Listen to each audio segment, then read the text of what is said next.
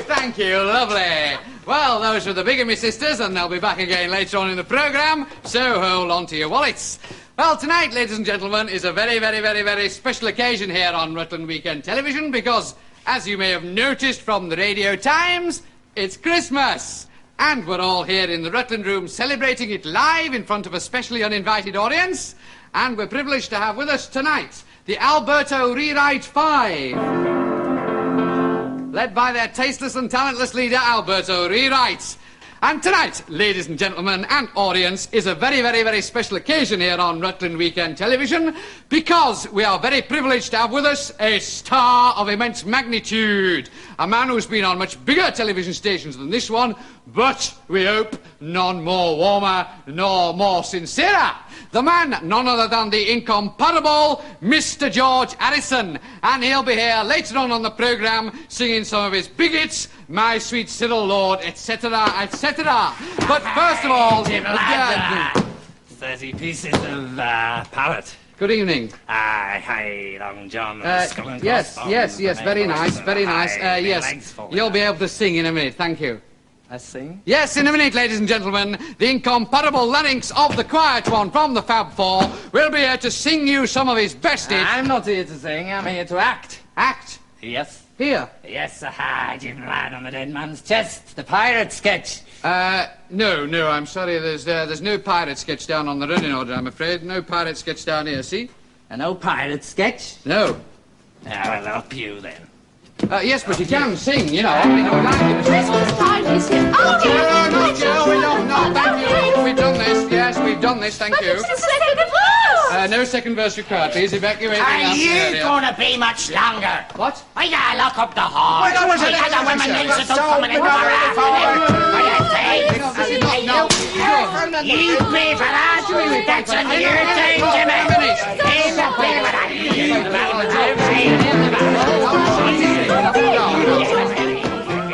Christmas weekend on Rutland Weekend Television starts tonight with the traditional hospital Christmas show.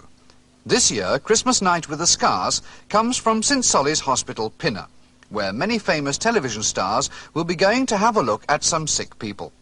It's an unfortunate time of the year to spend in bed all day on drugs, and so a lot of the stars will be getting up and going to the hospitals.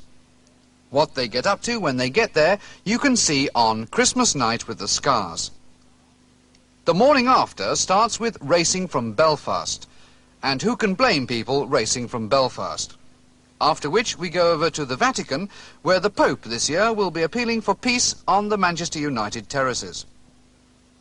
As usual this Christmas, many famous stars of Westminster return to your screen for another party political panto, this year on behalf of the Liberal Party. Following Edward Heath's triumph last year as Widow Twankey in A Lad in a Lot of Trouble, this year's dame is Margaret Thatcher, and she appears as the lovable Mother Goose opposite Cyril Smith as the goose that lays the golden ego. Ladies and gentlemen, will you welcome, please, the Alberto Rewrite 5. Hello, testing. 1, 2. Testing. 1, 2. How do you do? Testing. 1, 2. It's 1. Wonderful to be here. Testing. 1, 2. Testing. 1, 2.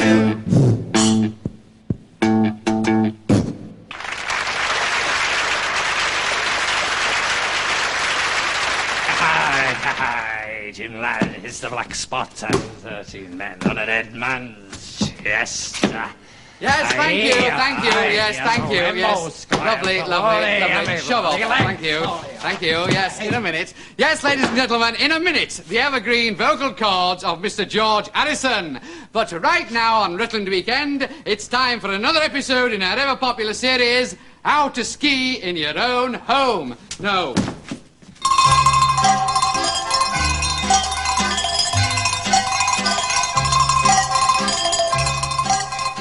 Hello. This week we are going to try something easier than last week when we taught you how to ski in your own bathroom. Yeah, unfortunately Heidi came in to take a shower just as we were demonstrating a pole turn, which emphasizes a key point in skiing. Always lock the bathroom door. So, you see, this week we are completely plastered, and we're going to teach you how to sit in the lounge in a comfortable chair. But first we are going to show you how to ski in the kitchen. Yeah, if we can just get the bloody skis through the damn door. Well, these big bloody skis, they are so troublesome for cutting about the house. Those bloody skis. When we have shown you how to ski in every room of your own home, you will be able to go to Switzerland and ski in a Swiss person's home. Incidentally, Mr. Reginald from Isha writes asking, why is there no snow? Well, Mr. Reginald, there is no snow in our house because we're not bloody Eskimos. Yeah, we have Axminster, Wilton, Linoleum, tiles and parquet flooring, and each of these services we have showed you how to ski on. If you have snow in your home in Isha, Mr. Reginald, you must be some kind of cuckoo nut. Right. If we can just get the skis from the bloody damn door, we will go into the kitchen for the lesson. Oh dear. Poor Robin is still demonstrating how to hang glide in the kitchen. He's been hanging there for some time, since Tuesday, I think. Yeah, I think maybe he has hang glided himself. So whilst we check... Bloody damn skis! we will go over the hands at the start of the slalom. Well, there you can see number 47, Hans Ubelmeier from Rotwursterstadt, adjusting himself and waiting for the clock. And there's the slalom course from the nursery slopes to the front door and out into the front garden. And there's the bell.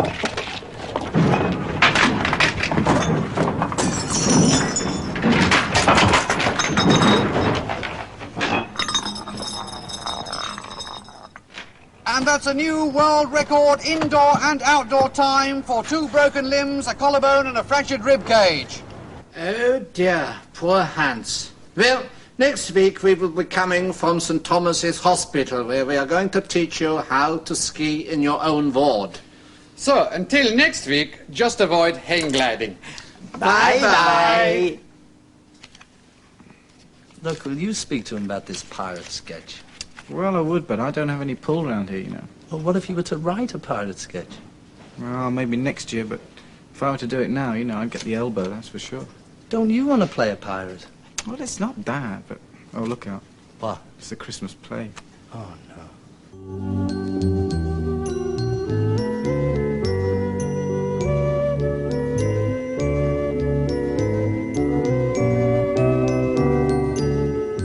Arsenal, 0. Wolverhampton Wanderers, 0. Coventry City, 0. Manchester United, 0. Derby County, 0. Birmingham City, 0. Leicester, 0. Stoke City, 0. Bloody Leeds, Christmas. 0. Newcastle United, 0. Liverpool, I hate 0. Christmas. Shh, Frank. Not in front of Ricky. Queen's Park What Rangers, do you mean, not 0. in front of Ricky? Well, he's too young to hear things like League Division that. 2. Too young, he's over Bristol 40. City, 0. And you gave him some more toys this year. Well, he likes toys. It's time that boy grew up. By the time I was 40, I was in the big school. 0. Bloody Christmas. We'd enjoy ourselves more if we didn't have to enjoy ourselves. West Bromwich He's a Albion, bundle of joy over the festive period, isn't he? Nottingham Albion. I'm not sure whether I watch television because I'm not enjoying myself or I'm not enjoying myself because I watch television. 0. Well, turn the bloody thing off. 0. Blackburn Rovers, 29. Well now, how about a nice game of suicide? How do you play suicide? Well, each competitor has to commit suicide, then you don't have to sit through another Christmas. So not Christmas, Frank. You know, when I was a boy, my mother used to take me to Lewis's, Manchester, to see Father Christmas. There was this wonderful old grotto with fairy lights and lots of little gnomes, and you'd walk along this snow-carpeted corridor, and there in this beautiful light was this old man with a white beard and a red coat, and I climbed up on his knee, and I sat on his lap, and I punched him right on the nose. You should have heard the old bastard swear. Oh, blimey, it's all go. Present for you, Gov. Oh, smash it. Special delivery, signed there. Thank you. Where's the present then? This is the present. What, this? Yeah. For me? Yeah. How nice. That's the nicest present I've ever had. What's that, Stan? It's a present for me. What, Yes, this is my present. What a nice present. Yes, isn't it lovely? What are you going to do with it? I don't know, but I've got a few ideas. Stanley! What does it say? To Stan, happy Christmas from Guess Who? P.S. Enjoy yourself. You're not having it, Stan. Would you like to play with my present, Frank? I'm not having it in the house. I think I'll just take my present in the other room and have a little play with it. Make lovely presents, women, don't they? Oh, yes, lovely. I think they make the nicest presents. They do, women. They make the nicest presents.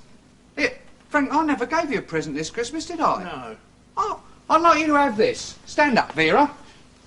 Oh, I couldn't possibly. No, please, Frank. As a token of my appreciation, I'd like you to accept Vera as a Christmas present. Oh, it's really too much. No, it's not, no.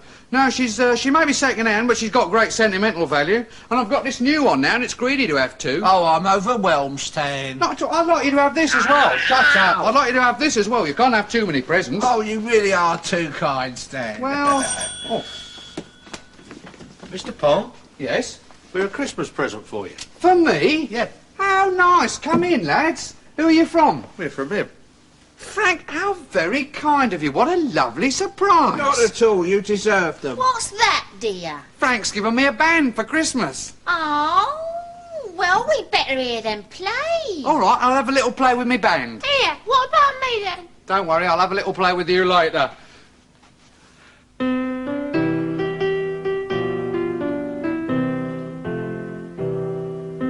I don't believe in Santa anymore. He's never answered anything I've written. Him and all his have you been a good boy? To me he's just a silly fat old git. Now I don't believe in Santa anymore. My trust in him was all a big mistake. Whoever saw him climbing down a chimney? And as for red-nosed reindeer, what a fake. Each Christmas Eve I'd lie in bed and stay awake, just to catch a glimpse of his white beard. I suppose it's just coincidence that I was fast asleep whenever he appeared. Now I don't believe in Santa anymore. With all his jingle bells and yo-ho-ho, scaring kids and ripping off their grannies, he's just a bloke in some grotty grotto. Now my credulence in Santa has run out. From now on he's just a monumental bore, since I found another way to have a stocking filled. I don't believe in Santa anymore. There, that's my present. Lay off. Come on, darling. Oh, ah. Who said you could play with her?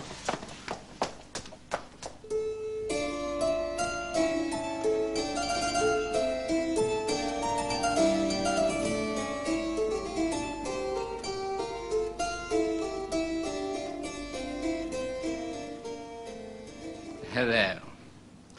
I expect, like me, you've all had rather a lot to eat and drink this Christmas.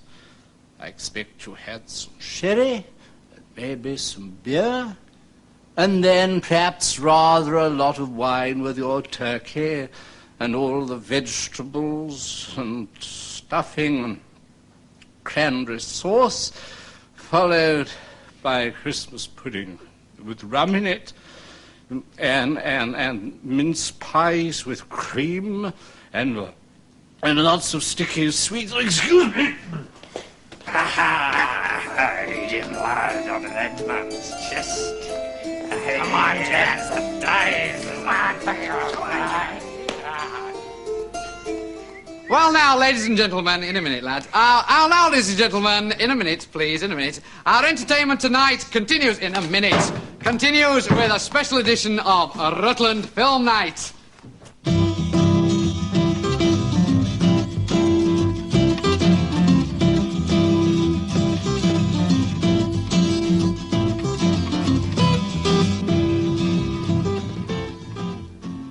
Hello. Well, we're spending most of tonight looking back at some of the films of 1975. I shall be looking at Pommy, the latest rock opera film. And I shall be looking at the autocue. I shall also be looking at the Linda Lovelace retrospective at the NFT and The Mirror. But first of all, let's have a look at a scratchy old bit of film that won an award for being most scratchy bit of old film shown on film night by a major film critic. The major film critic was me, and this is the bit of film.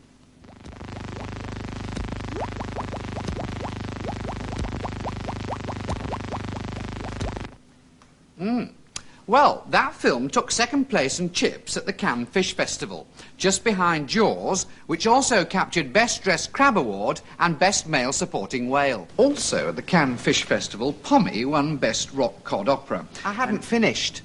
Oh, sorry. Well, to Linda Lovelace and Deep Throat. It's pretty much a filmmaker's film in that it was obviously more fun to make than to watch. Personally, I prefer the sequel Sore Throat, which concerns a middle-aged lady, Linda Lovelace, who is born without a brain in her head. Eventually, and surprisingly, her gynecologist finds it, and we spend the rest of the film watching her think. The film ends happily, unfortunately, after only 20 minutes. Your turn. Thank you, Phil. Pommy, He'll Tear Your Ears Apart, looks set to being a big box office hit. It's already won an Oscar for loudest film, and it's made in a new process called catatonic sound, which can kill you if you don't buy the more expensive seats. Filmed in Australia, the action takes place in Sydney.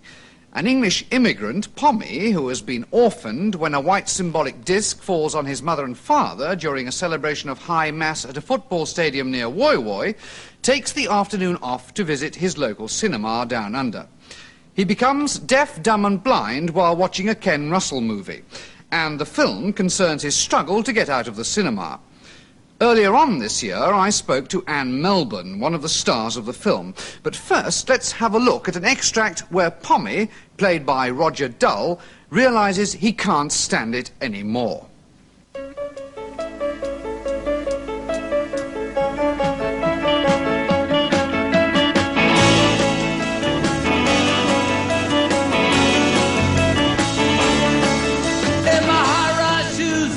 I can walk tall, I'm a concrete jungle boy. I can write my name all over a wall, I'm a concrete jungle boy. The teacher's a fool, so I don't go to school. I just hang around playing it cool.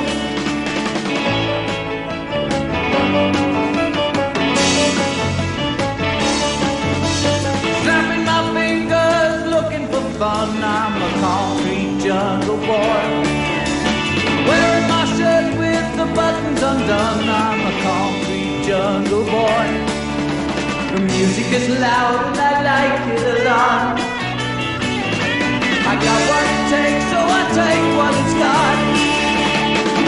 Concrete jungle boy, concrete jungle boy, concrete jungle boy. You know what it was, pride, joy.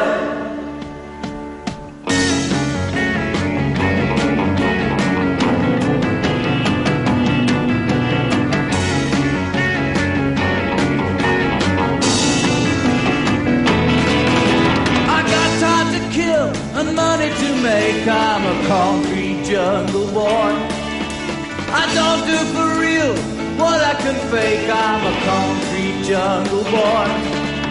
I look at the world and I want my share, but though I keep moving, I'm going nowhere.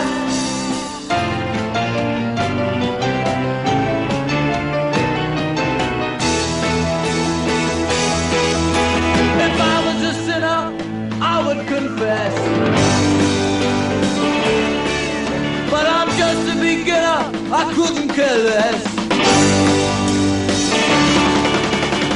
but I am standing right here.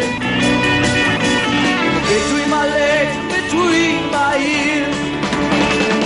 Concrete jungle boy, concrete jungle boy, concrete jungle boy, you're nobody's mother's pride and joy.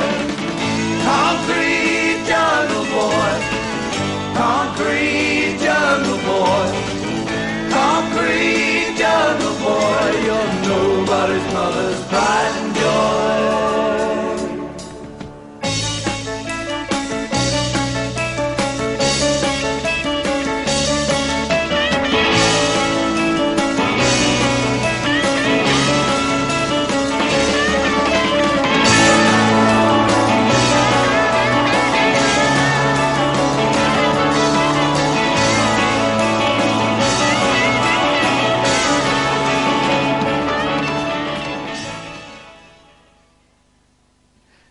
Anne, I'd like to begin, if I might, by asking you about the film Pommy, in which you play a tin of baked beans. Yes, that's right. How do you get into a role like this? Well, the problem is really how to get out, but I've got my agent working on it. I understand that in the original you were going to play Pommy's mother. Yes, that's right, but she was rewritten as a tin of baked beans. And you spend most of the film trying to get out. No, I spent most of the filming trying to get out. I understand that you are naked in part of the film. Yes. Does this worry you at all? No, no. I will only take my clothes off on film if it is artistically viable and if the money is right. Will you take them off? What? Now? What? Nothing, nothing. Anne Melbourne there on the set of her latest film, Googie Withers. Well, we've still got a few minutes left, now he's finally finished, for me to round up quickly the rest of the year's films. Cowering Inferno is a disaster movie and also a disastrous movie. Set in a two-storey motel near Rutland, it tells the story of how, whilst 15 Rotarians are upstairs at a function, Fire Chief Sid Wattle and County Councillor Cyril Rist combat a blaze in one of the downstairs sanny bins, before eventually being forced to call the AA. Godfather 12? I hadn't finished. Oh, sorry. Godfather 12 You're always like this. You've been on screen much more than me, far more this week. I'm sorry. Godfather 12 has been retitled for this country and reaches us as Son of Godfather. And the latest Otto Preminger movie is Sexodus. The film concerns the sexual liberation of the Jewish people, who are led into bondage by some naughty Egyptians. Right.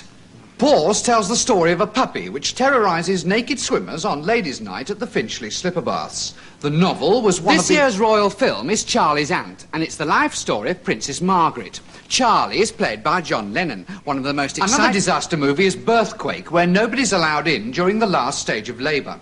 Ices and epidurals are available from the tray. Last Mango in Paris is directed by Bertolettis, and it's one of my favourite movies. Murder on the Oakham Express is... Right, this is the last time I'll have you on my show. Your show? Who gets all the ratings? All the sailors, more like. Oh, you bitch. Always in my close-ups. Right. You just didn't...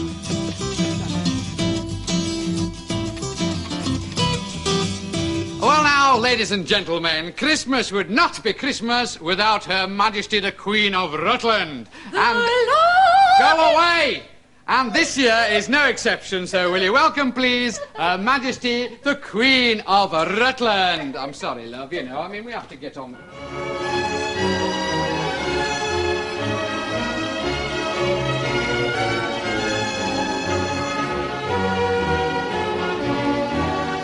Hello. Oh, I'm not the Queen, incidentally. I'm simply introducing the programme. Well, this year, as every year, has been an extremely busy year in the life of Her Majesty the Queen of Rutland, and so instead of the traditional Christmas broadcast, we thought it would be a good idea, well, it was my idea, actually, if we made a film show of some of the activities of Her Majesty during the year. Rutland, as you know, is the only part of the British Isles to have a queen of its own, and this is the film of her year.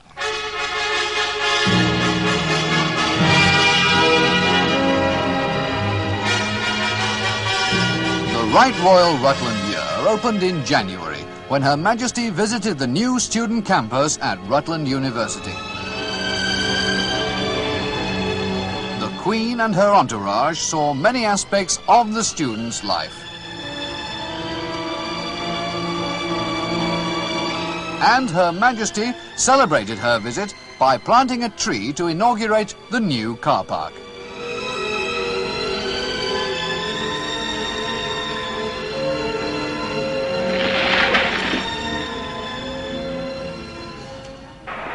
March means FA Cup time in Rutland, and this year was no exception, as Her Majesty watched the local finalists thrash it out in an exciting goalless draw.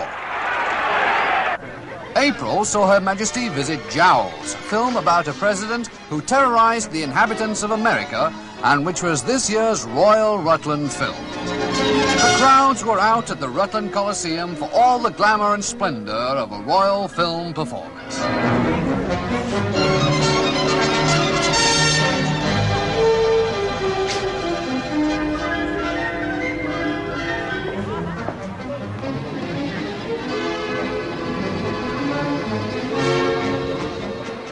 May means FA Cup replay time in Rutland, and this year was no exception, as Her Majesty watched them thrash out another exciting goalless draw.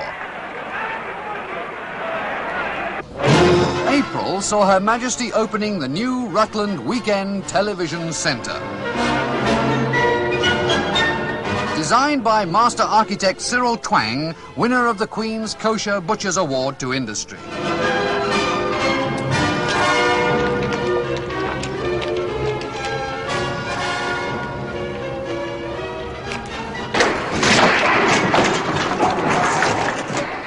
July means replay of the FA Cup replay time in Rutland, and this year was no exception, as the 348 minutes of goalless football was ended with a hotly disputed foul. September saw the climax of Her Majesty's year, with the opening of Rutland's own oil, which will free Rutland from slavish dependence on Scottish Arabs. Yes, a truly royal Rutland year. Well now, ladies and gentlemen, the moment you've all been waiting for, Mr. George Harrison sings.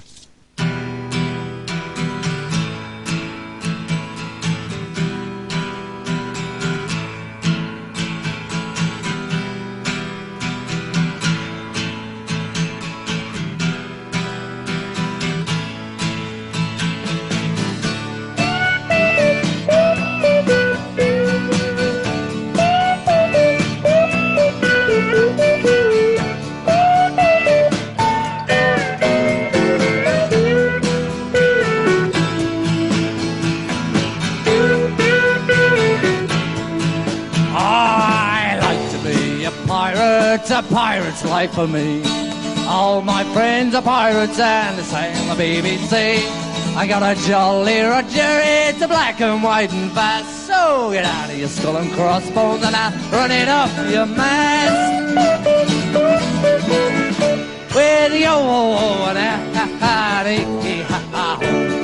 Yo-ho-ho and a-ha-ha-dee-ho-yo-yo-yo-yo. I got a Jolly Roger, it's a black and white and fast. So get out of your skull and crossbones, I run it up your mast. Altogether I like to be a pirate's life for me. And all my friends are pirates and sail the BBC. Got a Jolly Roger, it's a black and white and fast. So get out of your skull and crossbones, run it up your mast.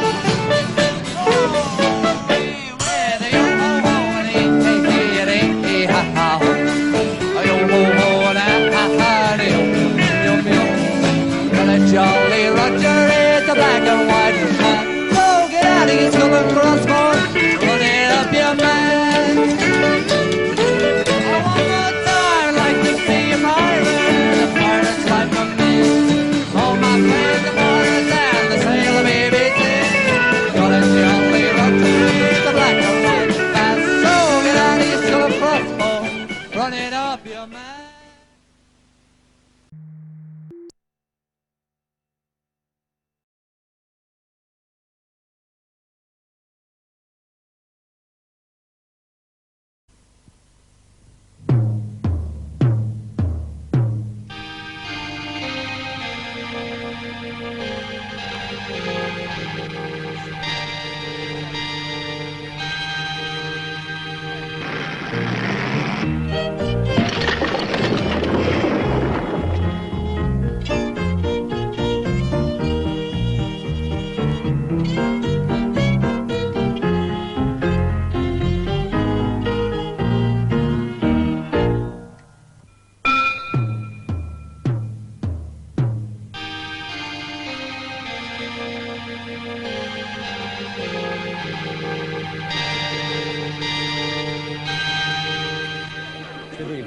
very, very special welcome to the very, very first evening's viewing on Rutland Weekend Television. Tonight is a very, very special occasion, as you can imagine. There's a very, very special party going on, as you can imagine, live in the centre of Rutland tonight, as you can imagine. All the stars, as you can imagine, are there waiting to talk to Pete Murray, as you can imagine. But before we go over there, I'm going to have a little something here with you just to celebrate, as you can imagine. Great. Well, we'll be going over to the party in a moment, as you can imagine, but right now we're all set to enjoy the very first programme on Rutland Weekend Television. Ham sandwich, bucket and water plastic, Duralex, rubber McFisher's underwear. Plug rapid emulsion, thick custard without sustenance in Kipling Duff geriatric scenery. Maximises press insulating devilment, grunting sapphire clubs, incidentally. But tonight, Sanpan Bombay Bermuda in diphtheria rustic McAlpine splendour. Rabbit and Fut-Fut Fooey jugs rapidly, big bio rule liners, must green gauges mixturate with nipples and tiptoe rusting machinery, rustically inclined.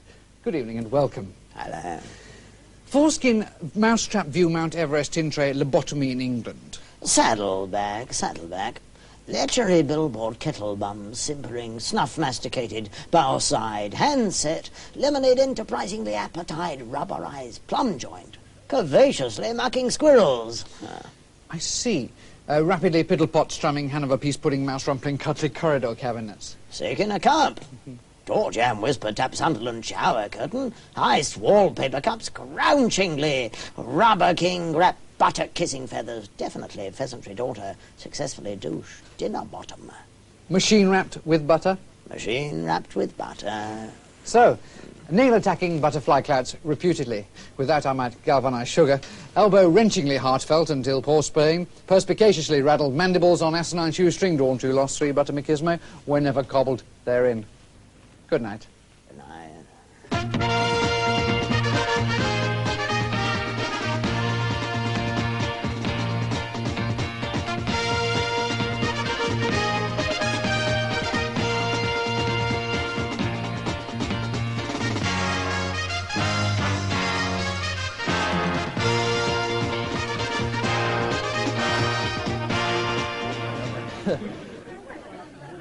Well, that was, as you can imagine.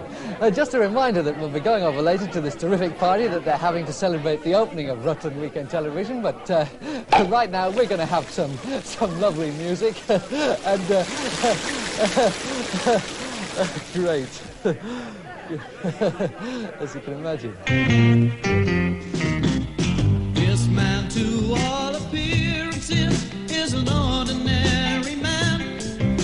You wouldn't think to look at him that he had a single fan. The dirty Macintosh brigade passing by without a glance. Yet if he took off his clothes right now, he'd be bumped by all at once. Yes, he's the star of the sexy movies. Oh, his life is proud of grin. For wherever he goes, when he's wearing clothes, nobody recognizes him. It's Mr. Kingston Milkman. In Peeping Tom came too. He played the alcoholic in Bathroom Frolic and the bishop in Kind of Blue. You never saw his face in the dirty boat race with the Oxford and Cambridge cocks. He was the one with a friend, third from the end, who never took off his socks. This is the star of the naughty movies. Oh, what a life he's led. On bands and springs with all kinds of things. He's the king of the king size bed. Played well hung Roger in the Artful Lodger, Brian in Whips Ahoy. Whips Ahoy! He was wicked Keith in Sex Without Teeth, the one with the vicar and the big blonde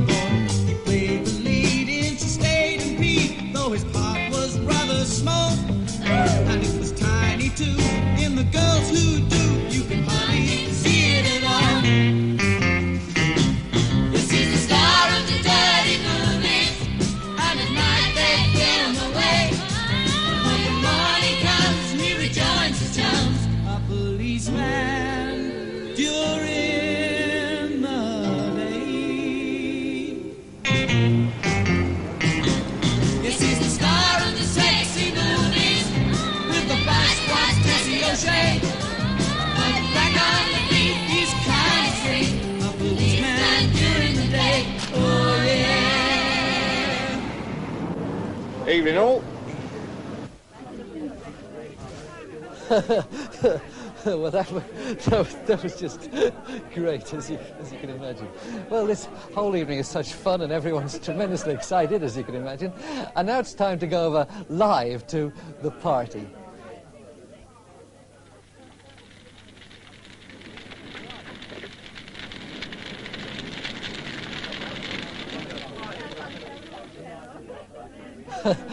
Well, great.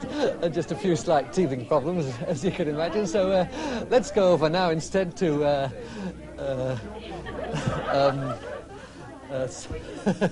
something else, which is great.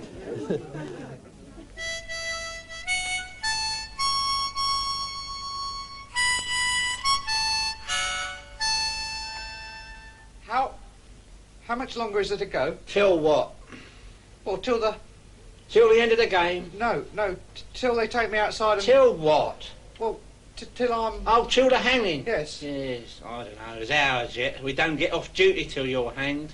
Oh, so there's still some time? Yeah, bloody ages till we're off work. Wouldn't like to go a bit early, would you? What? You know, ask them to hang you a bit early. Why? Well, I've got a luncheon appointment. Shush. Well, it doesn't matter to him, does it, whether he's hanged at 2:45 or 2:15, but it means I can get back and get a shower in. Check. You bastard. Typical. Only it's a bit tight, you see, getting back and getting a shower in.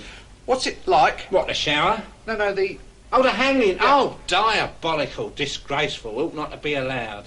I reckon they'll abolish it after you. Not before? No, you'll be the last. Good bloody riddance. I'm fed up with having to lose deliberately at chess. You're not losing deliberately. Of course I am. You liar. Look, mate, I could beat you easy if you weren't being hanged. You were trying. Of course I wasn't. You were. Look, mate, we had a bloke in here last week being topped, you know, hanged just the same as you, and I had a beautiful chance to fianchetto his Rutland. Do you think I could do it? No. You bloody did. Yeah, I did, as a matter of fact. Beautiful move. You beat him in his last game of chess, you miserable bastard. Well, you get fed up. I mean, how would you like it to come in here day after day and play chess with a bloke who's going to be taken out and hanged on move 40? Shut up. Well, it's not conducive to ideal chess. I mean, when Fischer won in Iceland, they didn't take Spassky out and hang him. They ought to have done. They ought to have done, granted, with his Nimzo Indian. Is there much longer... Shut up! Can't you see we're talking? They ought to have done, but they didn't, did they? Telegram. Telegram? Oh, it's a greetings telegram. Congratulations on your hanging, the Monday Club. That's nice of them to think of, isn't it? Oh, there's some more here. Best wishes with the hanging aims of industry. Good luck on your last night, a Sunday Telegraph. Wish we could be there with you, Ron, Harry, Ethel and all in South Africa. Oh, and there's just an ordinary one from the Home Secretary. What's it say? Well, it's not a greetings telegram at all. For God's sake, what's it say? The hanging is candled. Cancelled! No, it doesn't say cancelled, it says candled. Well, it's a misprint. Well, we'll sort it out afterwards. After what? After the hanging. Well, there isn't going to be a hanging, it's cancelled. No, it's candled. Well, what else could candled mean? Well, it might mean he wants it done by candlelight. Don't be ridiculous, why? It would look prettier. No. All we've got to do is query that word. Oh, all right. Uh-oh. What? For free repetition of doubtful words, send this telegram to the nearest post office. Well, that'll take 2 days at least by post, and you've only got 20 minutes. Well, couldn't you take it? What, I missed my luncheon appointment? I'll take it. All right. I knew it was going to be one of those days. Father Pyle to see the prisoner. Oh, come in, Father. Don't be too long. You've got a luncheon appointment. Yes. Now, my son, quickly, nip round the back. What? Nip round the back quickly, underneath my cassock. Well, no, thank you, Father. It's very kind of you, but I'm not... No, my son. You'll find a door. Follow the staircase to the bottom, turn left, and you're on your own. I can't see anything. Straight ahead of you, man. Oh, yeah. Oh, blimey, it's very dark in here, Father. There's a light on your left. Oh, thank you.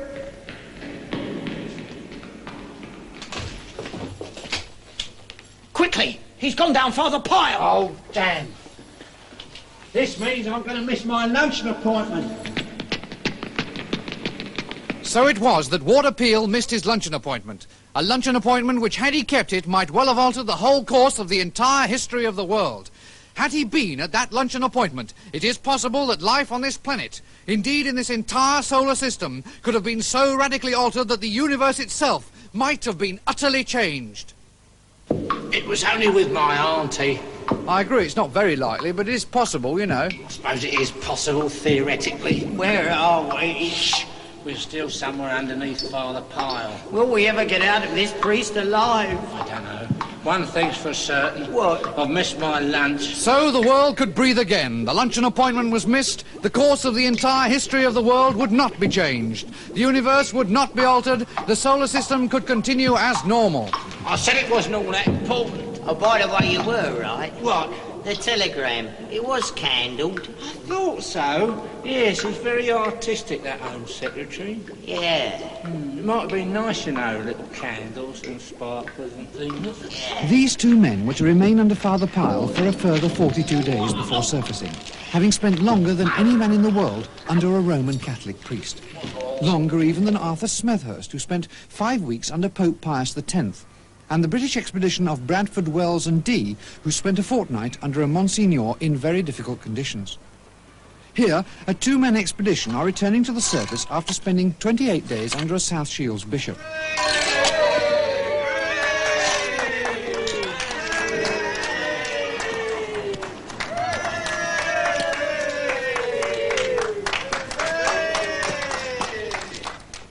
It's brandy and congratulations for the tired and haggard adventurers, and a chance to catch up on the news. But why do they do it? What is the appeal of sitting under clerical gentlemen? Well, it's a challenge, isn't it, Ken? Oh, aye, we do it because they're there. It's a difficult sport and a dangerous, but we love it, don't we, Ken? Oh, aye, certainly, certainly. It certainly is dangerous. 4 Italians were reported missing under this papal nuncio. A Japanese team did not return from the dark side of this tiny Korean cardinal, and Heinrich Bollmann was trapped for several days under a minor prelate. So severe has the problem become that the Church has decreed that it is now a venal sin to squat under a cleric for more than 7 days. Raymond Dyatt works for the Clergy Rescue Squad, who spend their time pulling British sitters out from underneath religious leaders. Here he's rescuing a couple of theology students trapped under Prebendary Ross. Oh, thank you. Oh, thank you. He's also president of the Save Fish from Drowning campaign, a rather eccentric little rescue organisation dedicated to saving the lives of fish drowning in the seas and large rivers. Here he gives the kiss of life to a salmon.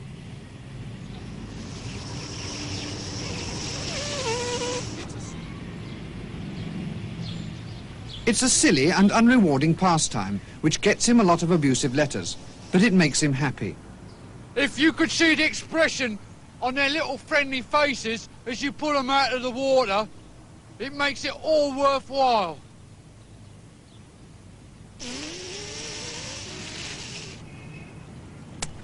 Here he's been called out to try artificial respiration on a herring. This time, he's too late. The herring has passed away. He must walk home with his thoughts and his pet sea bass, Norman.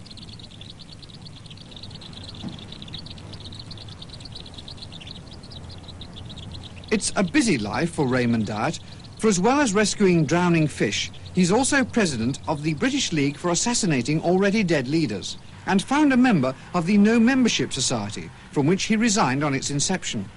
In 1958, he formed 14 strange societies, including the Allied Quintin Hog Poo-Pooers, a club for hiding people's slippers, and the amazingly successful Society for Pushing Sailors into Shops, which claimed to have pushed over 1,000 reluctant seamen a month into Britain's shops.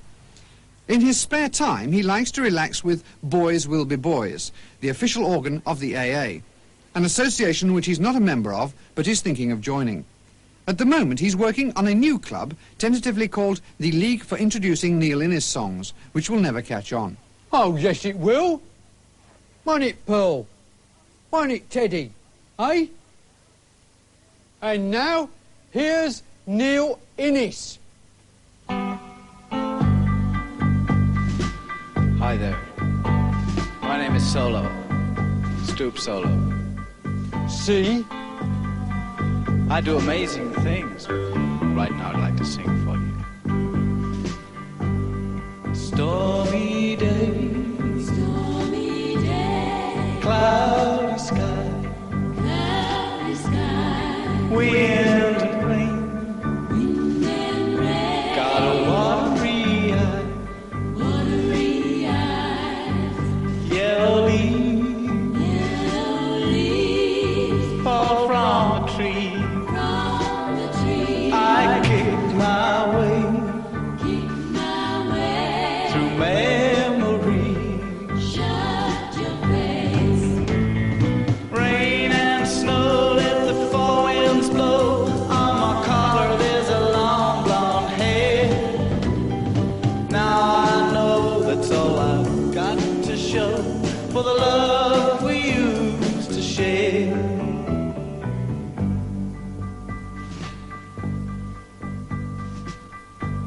I remember back in June, our love was like a fire.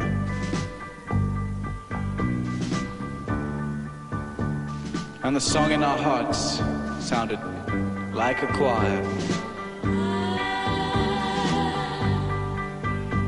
But I held on to you like a hand holds water. Now it's September and the days get shorter. Rain and snow, let the four winds blow. On my collar there's a long blonde hair. Now I know that's all I've got to show for the love we used to share. Rain and snow, let the four winds blow. On my collar there's a long blonde hair. Now I know that's all I've got to show for the love we used, excuse me, to share.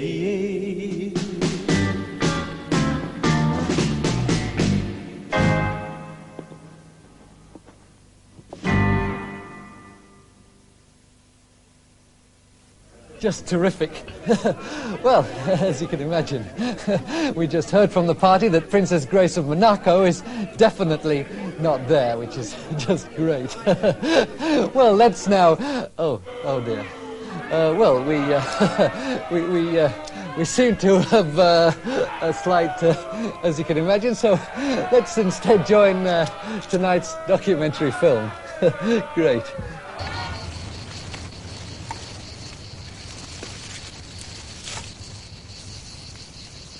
This man is Bert Figgis, Private Bert Figgis of the Royal Rutland Fusiliers. He has been in hiding for 29 years. He does not know that the war is over. For nearly 30 years, Bert has been continuing his lonely war against the Japanese in the parks and woods near Shanklin, Isle of Wight. Such is his utter dedication to the British Empire that he will surrender only on a personal order from Stanley Baldwin. Towards the end of the war, the Royal Rutland Fusiliers were sent on a special endurance exercise from here near Newport, Isle of Wight, with strict instructions never to return till they saw a special signal. With D-Day and subsequent exciting filming, that signal was never given, and the Royal Rutland Fusiliers were never seen again. Except, that is, until about 1950, when Isle of Wight residents began to tell strange stories of people not on the electoral register, of strange people who did not own boats, who didn't attend cocktail parties, and who were never suitably dressed. One resident believed that there was something living rough in their rhododendrons. We suspected, of course, at first that we were suffering from hippies. So what did you do? Well, we put flamethrowers in, and my husband laid rat poison. What happened? Well, I'm afraid we lost most of the rhododendrons and nearly all of the petunias. Frightful pity. What about the strangers? Oh, well, we got a couple of dead ones, and the local rat man said they were Rutlands, And I think in the end we got about £10 each for them, which was frightfully handy. From whom? From the army. They were, of course, frightfully glad to see the back of them, you see, owing them all that back pay. Then we found another one, but my husband used him as compost. We put him on the roses. Frightfully good for them. In 1959, a Mr. Roy Bolting of no relation Villas Elstree took some unique footage of a Rutland foot patrol on the ornamental golf course near Ventnor. These are some films we took last summer. Oh, there's Ted. He's married to Alice. They had the caravan next door to us, a very nice class of person. Yes, they send us a card every Christmas. Yes, they always on the golf links every day, couldn't keep them off it. Oh, that's Alice. She scored a hole in one then, yes. The Fusiliers kept rigidly to their encampments, reading the Bible and Biggles to keep up their morale. Food was scarce and a problem, except during the tourist season. 137 big whipsies, please. 45 with chocolate. Occasionally they'd eat out on captured Barclay cards, here at the Cosy Nook Cafe, amidst charming oldie-worldy surroundings. But mainly they stuck to their self-appointed task of broadcasting anti-Japanese propaganda from the gardens of suburban guest houses. Japanese! Pearl Harbor! Japanese! So they maintained their lonely life. What was it that kept them going all those years? Discipline, idealism, and stupidity. They were always rather a dim regiment, even by British Army standards. From 1954, remnants of the Royal Rutlands, the old Impossibles, started to limp out of the ornamental gardens in dribs and drabs, surrendering to the local constabulary. No, clear off. No, just move along. Well, he kept insisting on seeing the senior Japanese officer. So I left him with the wife while I nipped down the local Chinese restaurant to see if I could borrow an Oriental waiter for him to surrender to. I returned with Mr. Fong just in time to prevent him committing hara-kiri all over the living room carpet, which was new at the time and had a fine, hard-wearing acrylan base, reasonably resistant to most types of household spillage, but not manufactured to withstand a thorough soaking of bloody entrails. Unlike the bathroom carpet, which is washable and water-resistant with a nylon underlay, or even the kitchen carpet, which is a hard-wearing combination of non-natural fabrics interwoven with finest real merino wool fibres. Yes, quite. What happened? Well, the kitchen carpet lasted about 10 years before we had to... what happened to the soldier? Oh, I don't know. All through the 60s, Rutland Fusiliers trickled out of the copses to surrender. 18 surrendered personally to Bob Dylan during the Isle of Wight Pop Festival. But some, like Bert Figgis, refused to believe the war was over and continued to send back highly useful information about Japanese tourist movements. Bert is probably the last of the fugitive Fusiliers. Their numbers have dwindled with no hope of replacement since Annie the Naffy girl ran off with a Lance Corporal to form a commune near Wigan. To the visitors, he's a hero, typical of the indomitable British working-class spirit which has allowed them to be happily exploited for centuries. To the locals, he's just another part of the scenery. We leave biscuits out for him in the winter. But to Bert, he is the last of the Empire, watching, waiting, and hoping one day to liberate Ryde. So he continues his lonely war against the Yellow Peril, unaware that the fight has been over for 30 years, that the Emperor has had tea with the Queen, or that the Isle of Wight now has a Liberal MP. Another soldier who continues the fight, this time in Germany, is Major Sir Oliver Cairngorm Hamlin. He has been told that the war is over, but is unable to understand it. The war is over, Major. What? The war is finished, sir. Don't understand. The war is over, Major. Oh, sorry, I don't get that. It's the end of the hostilities, sir. What? We're not fighting Germans anymore, sir. Don't understand. England, Germany, friends. No, I'm sorry, I don't understand this. No, the war is over. Over. No, I don't understand that at all. It's a complete completion of the whole thing, son. There is no more war. Could you say that again? He's also unable to understand quite simple sums or read joined-up writing, and he's being used by the army as a minesweeper.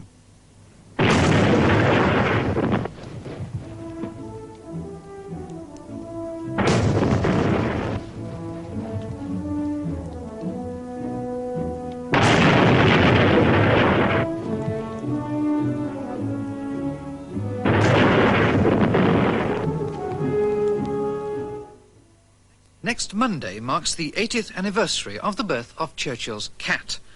Rutland Weekend will be celebrating this event with a 4-hour dramatisation of the cat's life, with Sir Laurence Olivier playing the vet and Arthur Askey as Puss.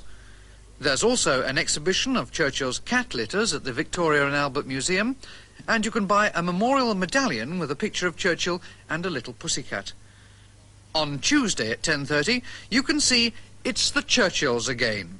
This non-award-winning 192-part drama series continues with Lulu as Rita McChurchill, the little-known aunt of Fred Churchill, who was to grow up to be not a relation of any of the famous ones. Thursday night on RWT means, of course, Top of the Pops.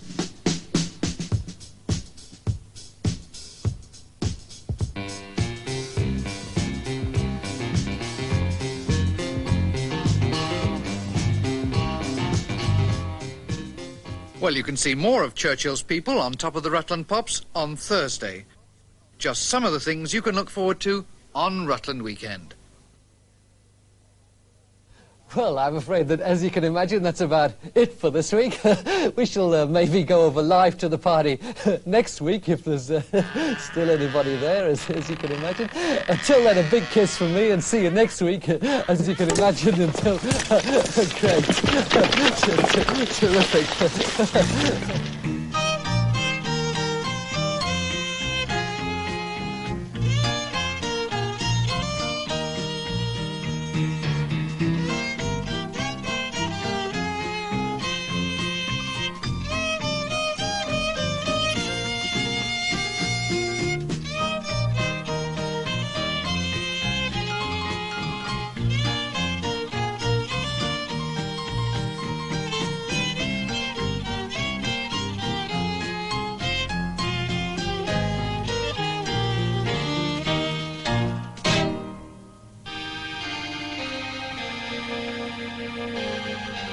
Well, Rutland Weekend Television is closing down now, and we leave you in the capable hands of the next rather lovely BBC announcer.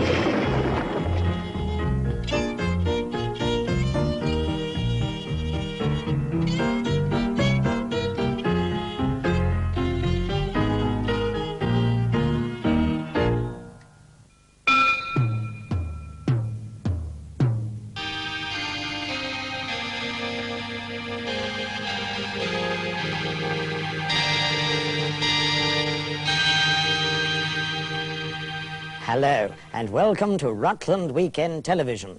And we start off tonight's viewing with Gardening Time.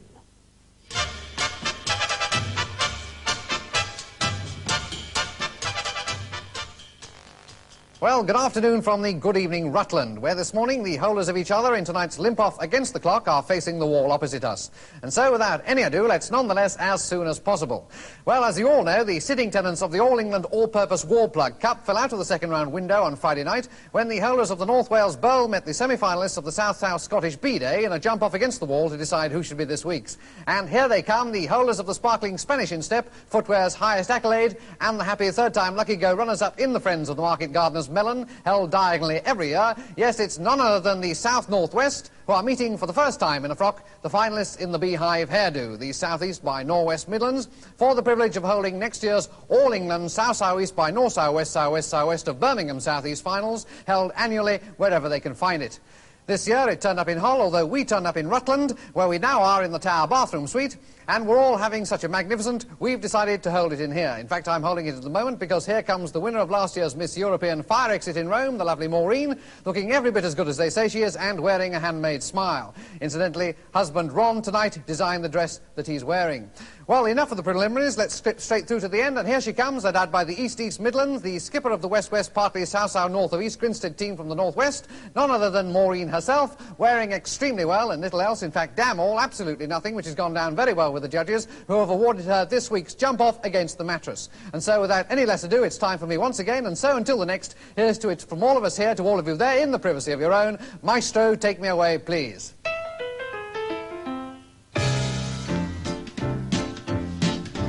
Dodos to back, refusing to say a word, having a lover's quarrel over something truly absurd. But you're the last of your species, the other animals cry. Make up your differences, do. Forget your foolish pride and say sorry again. Say sorry again. Never mind who's to blame. There's no sense in calling names, so say sorry again. Don't let a good love die. You could be combined two hearts intertwined if you say sorry again. Expression time. This boy's got magic in his fingers. You should keep him up his sleeve. But the dodos remained unmoved, and as the sun began to sink, she held her head up high, and he pretended to think.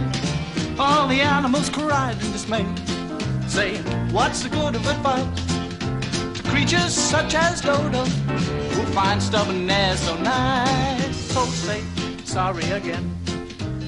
Say sorry again. Why don't you admit you were wrong? Who wise your will so strong? So say sorry again. An apology isn't so bad. The whole human race will spit in your face if you don't say sorry again. Take it away. For the better.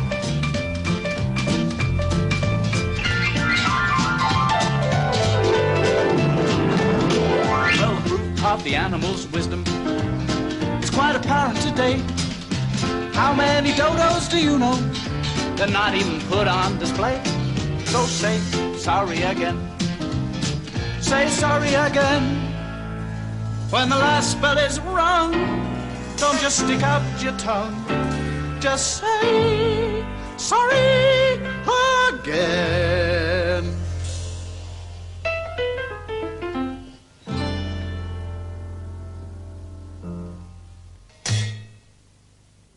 Well, that was cookery time. And now, Floodlit Rugby League.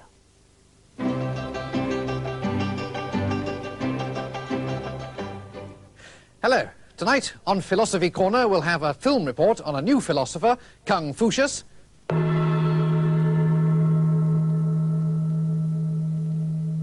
Confucius, he say,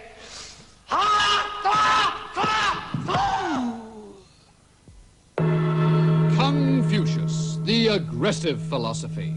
We'll be examining a new theory of Noam Chomsky's that Plato wore no panties, and we'll be bringing you some more entries in our Abuser Philosopher competition, in which a chemist from Tynemouth has called Nietzsche a silly little oik, a Mrs. Harpenden of Leicester has said that Jean-Jacques Rousseau was a froggy fatty, and a Miss Brackett's Pamela Betterment of the Tenements Bilston has referred to Empedocles of Acragas as a half-baked bubble git with the brains of a Burke. But first, we examine a report that leading West End stores are selling their own philosophy. And we ask the question, is the viability of empirical knowledge simply the denial of a priori concepts of essence, or is the existential state, in the teleological sense of Karl Popper's falsifiability criterion, another form of Occam's razor, or is it all just a big con? Ray Laycock is chief philosophy salesman at a leading London West End store. This is simply not true. In this store's philosophy department, we provide the best, the most exclusive, and certainly the most expensive philosophy in the world. What is more, our philosophy is sold by proper salesmen in suits and not flogged by scruffy little Indians. Mr. Plato? Yes, sir? This gentleman is interested in learning a little of our store's philosophy. Certainly, sir. What income bracket were you thinking of, sir? Well, what is that? Well, Fortnum and Mason philosophy starts at around £14,000 per annum, sir, and goes on up. Our store's philosophy starts at £20,000 per year. Well, how does it work? Well, it is based, sir, on what Immanuel Kant calls pure wealth. We pander to the rich. Isn't that a bit sycophantic? It's much, much more rewarding, sir. Marshall and Snellgrove philosophy states that if a man has no money, he is as a tiny piece of ordure in the sight of extremely rich people. I see. It is as easy, sir, for a rich man to enter the kingdom of heaven as it is to stick a needle in a camel. Over the bridge, sir, Pet's department, where maudling the camel awaits the doubter's needle. Conclusive proof, I feel, sir. Well, unfortunately, I'm rather poor. If you are poor, sir, then you should sell all you have and give it to the extremely rich. Well, what's the point of that? Well, it makes them much, much, much richer, sir. Harrod's philosophy teaches that all wealth belongs to the extremely rich. Yes, but someone could always steal from the rich. Then they must be killed, sir, for it is better to be dead than poor. This is a maxim from our gift department. So if I was to lose all my money... Then our philosophy department would betray you to our funeral department. Ah, but I've already left my body to Swan and Edgar. This cult of leaving bodies to London's West End stores is starting to bother the medical profession, who are fast running out of stiffs to mess about with. Yes, we have hardly any left over for parties. Last year, 50,000 people left their bodies to Selfridges. 25,000 left their bodies to Marks and Spencer's, and 14 left their bodies to me. What's to be done? Where can we put them? Here, this is a fire lane. What? You can't act here, this is a fire lane. Oh. If there's a fire, this will be crowded with firefighting equipment, people running backwards and forwards. Oh, with buckets? Some with buckets, obviously, others bucketless. Oh, I see. But buckets or no buckets, this is a fire lane, and I must ask you to act elsewhere. Will here do? That's fine. Oh, thank you. Come in. Good morning, sir. Ah, good morning. Have you got the results of my intelligence test yet? Ah, yes. You realise, of course, that intelligence tests are notoriously inaccurate. Oh, yes. Yes? And out of a score of a possible 200, of which the average person may get, say, 120, there may be an error of 10 or even 15%. Oh, yes. So they're not totally accurate. No. How many did I score, sir? Naught. Naught? Yes. 0. 0? Not too bad for a first try. No. Not very good, though. No, not very good, obviously, no. Not as good as someone who scored 180, for example. No, nor even someone who scored, say, 3 or 4. No. Still, I shouldn't worry. You've got your name right at the top of the paper. Oh, good, did I? I was worried about that. Uh-huh. Yes, I spent most of my time on that. I wanted to make sure I got it right. Well, you did get it right. Perfectly right, and well done. Thank you. Unfortunately, we don't normally give marks for getting your name right. Oh, dear. Only, I spent most of the 2 hours on that. Well, I think in your case, I'm prepared to make an exception. I'm going to give you 2 marks for getting your name right. 2? And that in itself takes you out of the moron class into the, for you, comparatively exalted reaches of cretin. Cretin? Yes. I'm a cretin? Yes, congratulations. Oh, thank you. And that means you can join the cretin club. Oh, golly! Yes. Here's your cretin club tie. You can get the Cretin Club news bulletin. You can get a T-shirt with I am a cretin written on. You can get some Cretin Club cufflinks. You can go to the annual Cretin Club dinner. You can't act here, this is a fire lane. What? If there was a fire, people would be up and down here. Oh, with buckets? Shut up, now shove off. Oh. Shove off. Well, so much for Biggles. And now, here's Omar Sharif and Cinema. Hello and welcome to Talk About.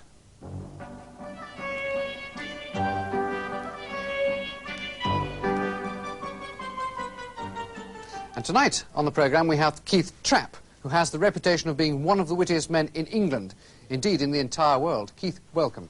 Good evening. Keith, you have the reputation of being something of a wit. Yes. People say that as a natural talker you are remarkably witty and extremely funny. Yes. Do you find being witty easy? Oh, yes. You don't find it a constant strain to be expected to keep up this elegant banter? No. No? You don't find it tiring, people expecting you to be witty and full of elan and aphorisms the whole time? No. See. Have you always been witty? Yes. And this celebrated wit, when do you exercise it? What? When do you let the words tumble free in a bumbling cascade of elegant chit-chat? What? When are you witty? Oh, all the time. Please, go on. What? Be witty. Oh.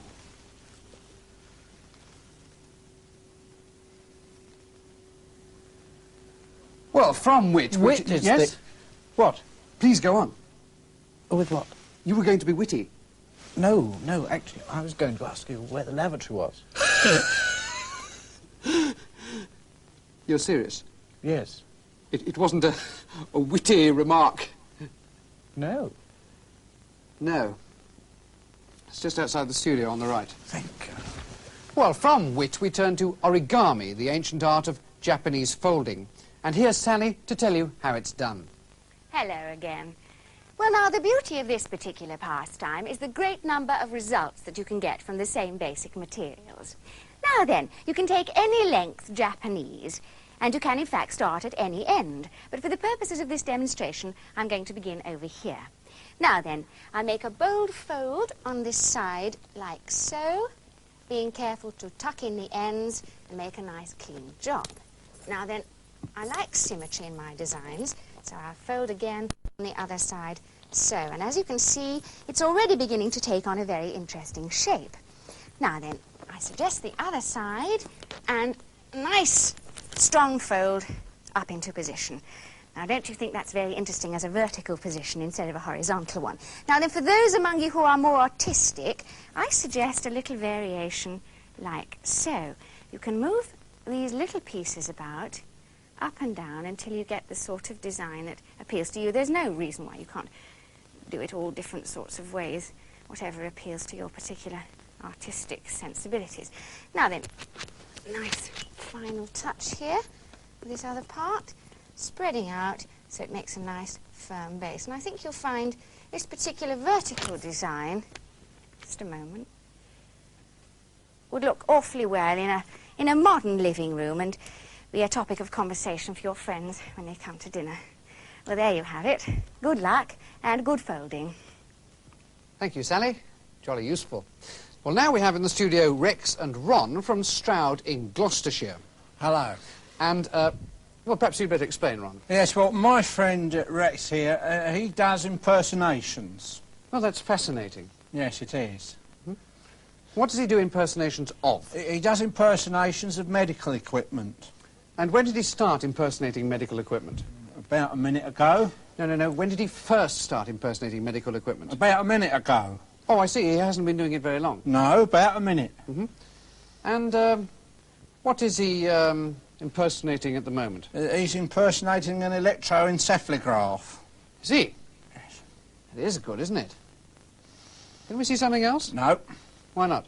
That's all he does. Oh, see, he doesn't do any more? No, he's only been doing it about a minute. Oh, I'm sorry. There are plans, however, for him to imitate a kidney machine. And at Christmas he's going to impersonate the Royal Heart Hospital.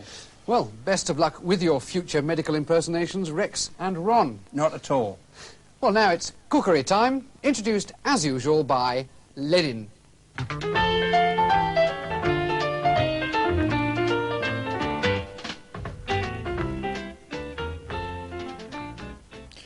Hello, comrades. Last week I showed you how to make the party go with the swing by making pretty little angel cakes. Comrade Trotsky has a different recipe for this, but we are going to deal with him. But this week I want you to show you an old Marxist recipe, Marx pudding. Hello, comrades. Here is a recipe I found in the British Museum. First, make some batter, then put the eggs in the batter, then put the batter in the oven. Then wait for the collapse of the entire bourgeois capitalist system. Set the table, politicize the proletariat, replace the decadent bourgeoisie, activate the workers, remove from the oven, serve from 4 to 6 people. Ah, delicious, if a bit decadent. What a wonderful recipe. Thank you, Carl. Incidentally, it's still not too late to write in and tell us what your neighbors are doing. But now, here's Joe with a new way to cook eggs. Capture a dozen eggs. When you've captured them, take them outside and shoot them. Then round up the rest of the ingredients and take them outside and shoot them. When you've made the omelette, don't trust it, shoot it. Then shoot all the rest of the ingredients. Then shoot all the people who've come to eat the omelette. And shoot the little kettle. And shoot the teapot. And shoot the ladder. And shoot everything. Shoot! Shoot! Then eat the omelette. You can't make an omelette without breaking the kitchen. Whenever the bourgeoisie get you down and revisionism's looking blue, Get into the kitchen, get out your pants, and cook a little dish or two. Whenever the decline of the capitalist system seems to be coming through, Get into the kitchen, get out your pants, and cook a little dish or two. Here's our recipe, if you want to be free. The future lies in your hands. Don't go on bitching, get into the kitchen. And rattle, rattle, rattle them pots and pans.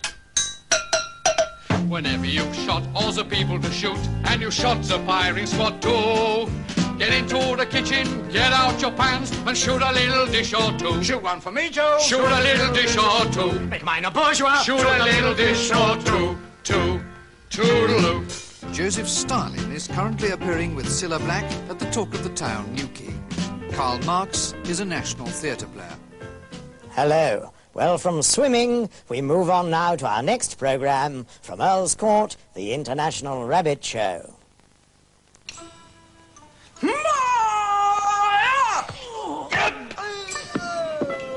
Yes, Kung Sui, the ancient art of defending yourself whilst eating a Chinese meal. Developed in Chinese restaurants throughout the ages, Kung Sui can help you to resist armed aggression over dinner.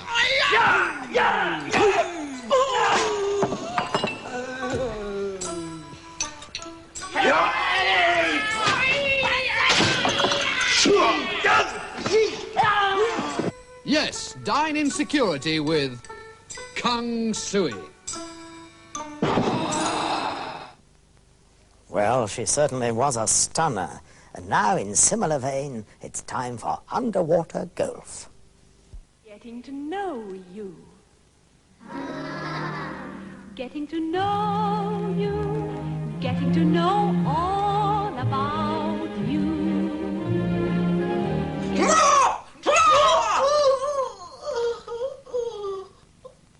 Well, you can see that match tomorrow. But right now, it's time for football again.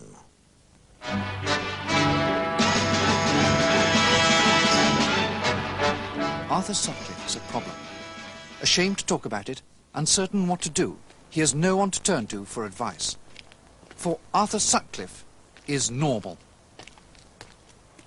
Although there are millions like him who suffer the grave social disability of being extremely normal, society does not allow them to talk freely about their problem. When did you first find out that you were normal? I suppose it was at school. None of the other kids would laugh at me or beat me up. I see. What did you do about it? At first, nothing. I thought everybody was normal. And then I realised there were all these minority groups, and I couldn't join any of them because I was normal. Why didn't you tell your parents? I was ashamed. Arthur Sutcliffe is not, of course, his real name. Well, Arthur is, but not the Sutcliffe bit. My idea, that. Sutcliffe. Such a nice name. It's much better than Jones. This problem of Arthur Sutcliffe's is not unique. Reginald Bradley is a consultant psychiatrist. Yes, I am. I am a consultant psychiatrist. Good evening, everybody. Good evening.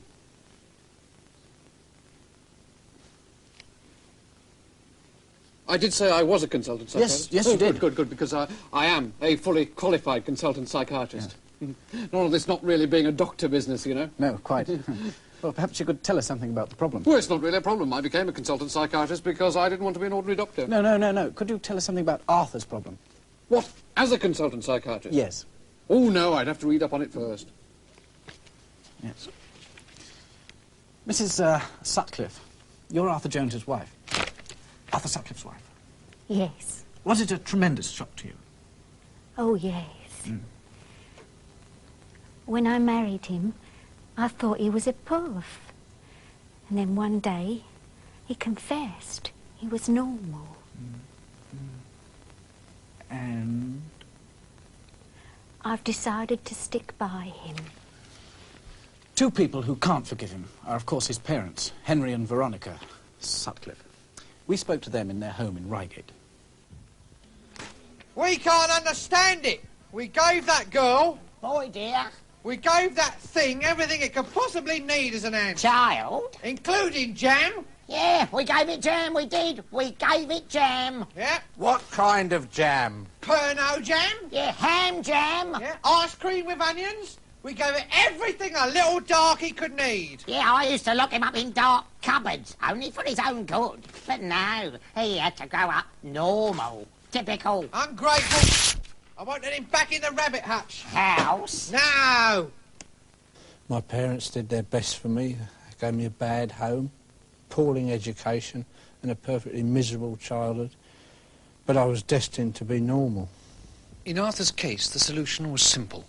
I decided to accept the fact I came out as a normal. What happened? Well, at first, people were shocked.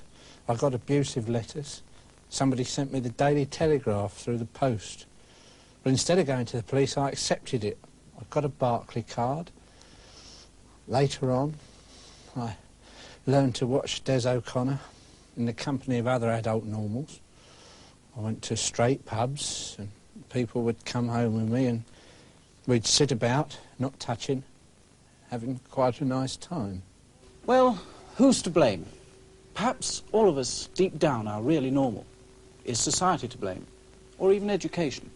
Or maybe we could blame the little man from the off-licence. He's small, couldn't do much about it. That's it, we'll blame him.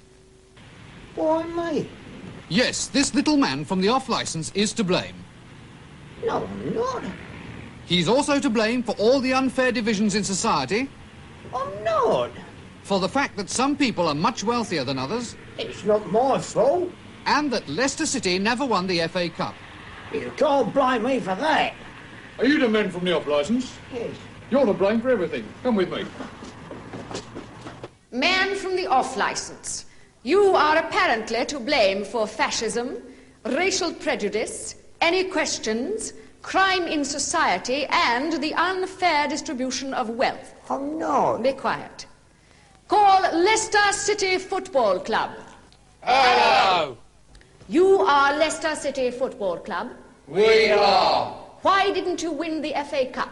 He's to blame. Oh, what a lie. And so, mainly on the overwhelming evidence of the Leicester City Football Club, the man from the off-licence was to blame for all the ills in society and was subsequently taken away and hanged. After he'd gone, things showed a marked improvement. People were much nicer to each other, and extremely rich people gave away most of their wealth to the poor. So the man from the off-licence was to blame after all. Told you. And his wicked off-licence shop was finally shut down.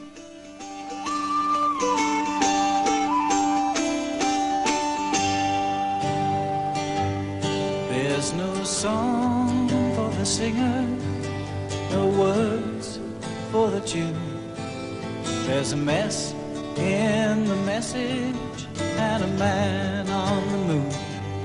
There's no plan in the planet, it's all gone berserk.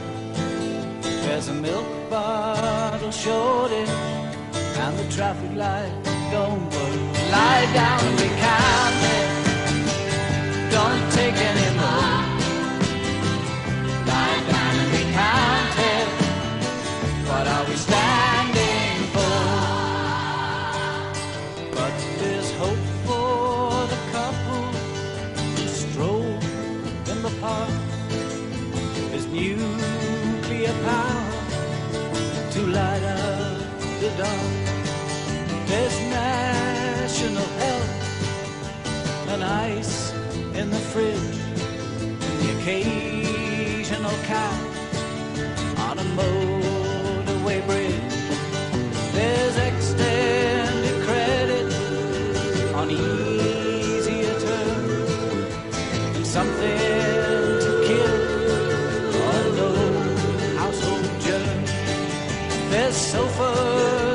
armchairs and washing machines. Stars on Sunday, fish fingers and beans. Lie down and be counted, don't take any more. Lie down and be counted, what are we standing for? There's no song for the singer, no words for the tune. There's a mess in the message and a man on the moon. There's no plan in the planet, it's all gone berserk. There's an everything shortage and the traffic lights still don't work. We lie down and we counted, don't take any more. Lie down and be counted, what are we standing for? Lie down and be counted, don't take any more. Lie down and be counted, what are we standing for? Well, there you have it, if you're lucky enough, and who isn't lucky enough with the lovely Maureen, who incidentally is 14 stone today and looking for every inch of it. So without any much more ado, let's further a go without nothing, and let's see the East by East Grinstead South East team, who are already out of the showers and into the mambo. And here come the North by Northwest on the attack.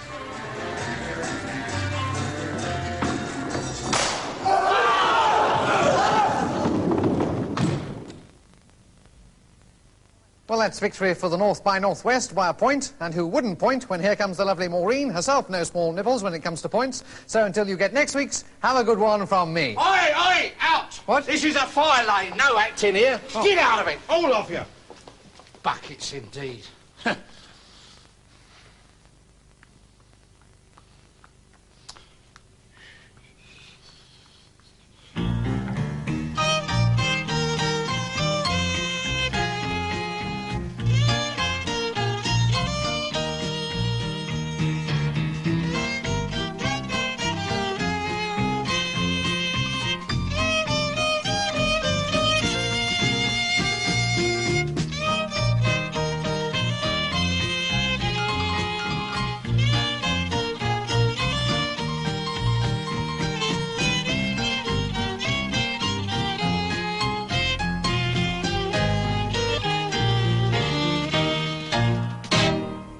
Well, nude religion brings to a close our programs for today. So until next week, a very goodbye from me.